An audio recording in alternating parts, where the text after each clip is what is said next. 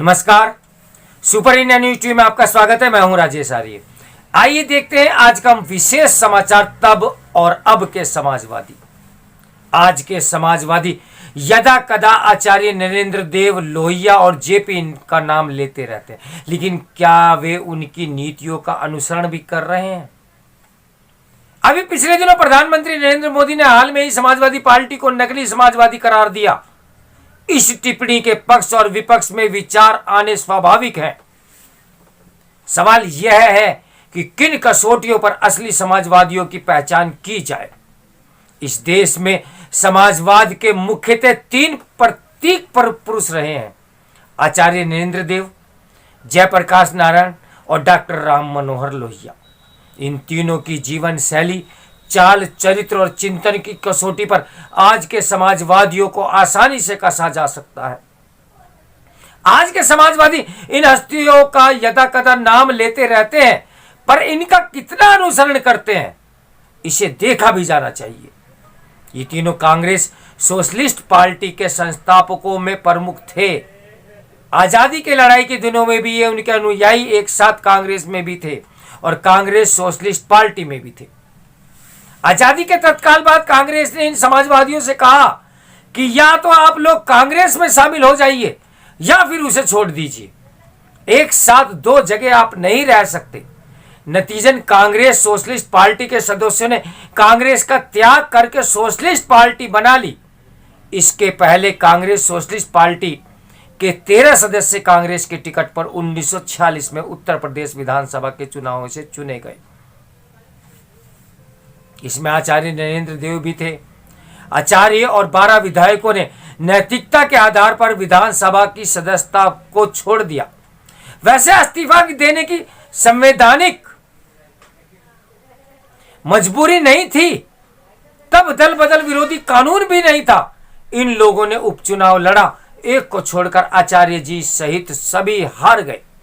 आचार्य जी से कई नेताओं ने कहा था कि कांग्रेस की अब भी हवा है, उपचुनाव आप नहीं जीत पाएंगे, किंतु उनके लिए हार जीत से अधिक नैतिकता प्रिय थी।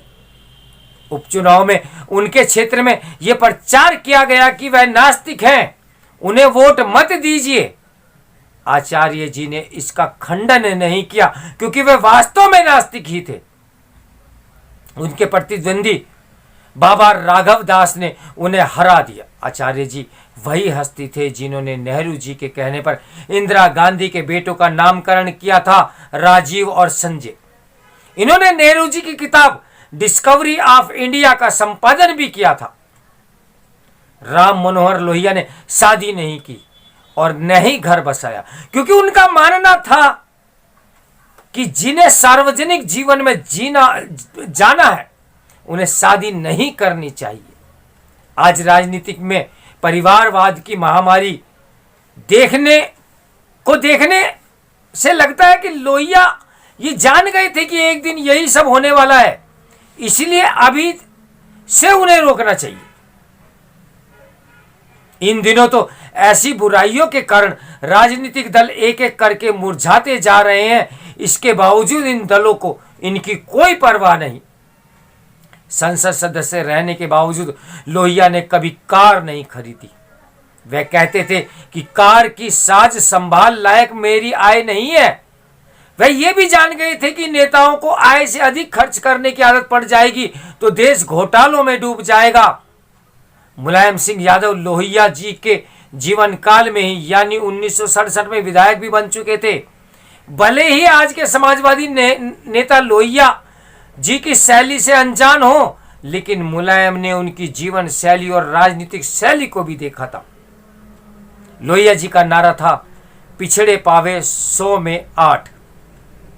हालांकि ये ऊंची जातियों के विरोधी नहीं थे। उनके जितने भी निजी सचिव हुए सब के सब ब्राह्मण थे। आज के समाजवादी नेता जातीय सांप्रदायिक वोट बैंक के किले में सुरक्षित हैं। लोहिया जी ने एक बार एक ऐसे व्यक्ति को पार्टी छोड़ देने को कहा कि जिसकी दुकान में शराब बिकती थी। रांची के उस व्यक्ति ने शराब का व्यापार छोड़ दिया, पर पार्टी नहीं छोड़ी। लोहिया जी ने 1967 में के चुनाव में पहले कहा था कि मैं समान नागरिक संहिता के पक्ष में हूं। इस पर उनके एक साथी ने कहा कि यह आपने क्या कह दिया, अब तो आप चुनाव हार जाएंगे। इस पर लोहिया जी ने कहा कि मैं सिर्फ चुनाव जीतने के लिए राजनीति नहीं करता, देश बनाने के लिए राजनीति करता हूं। उस बयान के बाद वह करीब 400 मतों से चुनाव जीत सके। समान नागरिक संहिता की बात संविधान के नीति निर्देशक तत्वों में है। आज कितने समाजवादी लोहियावादियों की यह बात कहने को तैयार हैं कि 1967 की चौधरी चरण सिंह सरकार में लोहिया जी की पार्टी की ओर में से राम स्वरूप वर्मा भी मंत्री थे। उन दिनों लोहिया जी कानपुर आए, सर्किट हाउस में ठहरे थे। वर्मा जी उनसे मिलने गए, तब जाने लगे तो लोहिया जी उन्हें दरवाजे तक छोड़ने आए। मंत्री की कार को देखकर पूछा, झंडी लगी कार किसकी है? वर्मा जी ने कहा कि यह कार में मैं खुद आया हूं। इस पर लोहिया ने कहा कि जब तुम कारों में चलोगे तो कांग्रेसियों और तुम में क्या फर्क रह जाएगा। अब एक अन्य समाजवादी नेता जयप्रकाश नारायण की नीतियों और जीवन शैली की चर्चा की जाए। आजादी के बाद पंडित नेहरू ने जयप्रकाश नारायण से सरकार चलाने में सहयोग देने की अपील की। दरअसल वे चाहते थे कि जेपी उनकी सरकार में शामिल हो। इस पर जेपी ने नेहरू जी को अपनी 14 सूत्रीय मांग की सूची थमा दी। उसमें निजी बैंकों के राष्ट्रीयकरण की भी मांग थी। नेताजी ने कहा कि यह सब लागू करना अभी संभव नहीं है। नतीजन कांग्रेस समाजवादी सहयोग की बात आगे नहीं बढ़ सकी। आज के समाजवादियों को इस कसौटी पर कसकर देखें। बिहार आंदोलन के समय जेपी ने इंदिरा सरकार के भ्रष्टाचार के विरोध में आवाज उठाते हुए कहा था कि वह एकाधिकारवाद की ओर बढ़ रही हैं।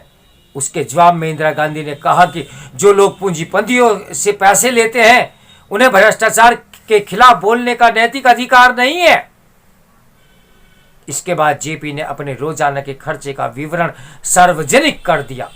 उस विवरण के अनुसार मैग्सेसे अवार्ड के पैसे बैंक में जमा थे, जिसके ब्याज से उनका खर्च चलता था। पुश्तैनी गांव की खेती से पैदा अनाज उनके पास आता था।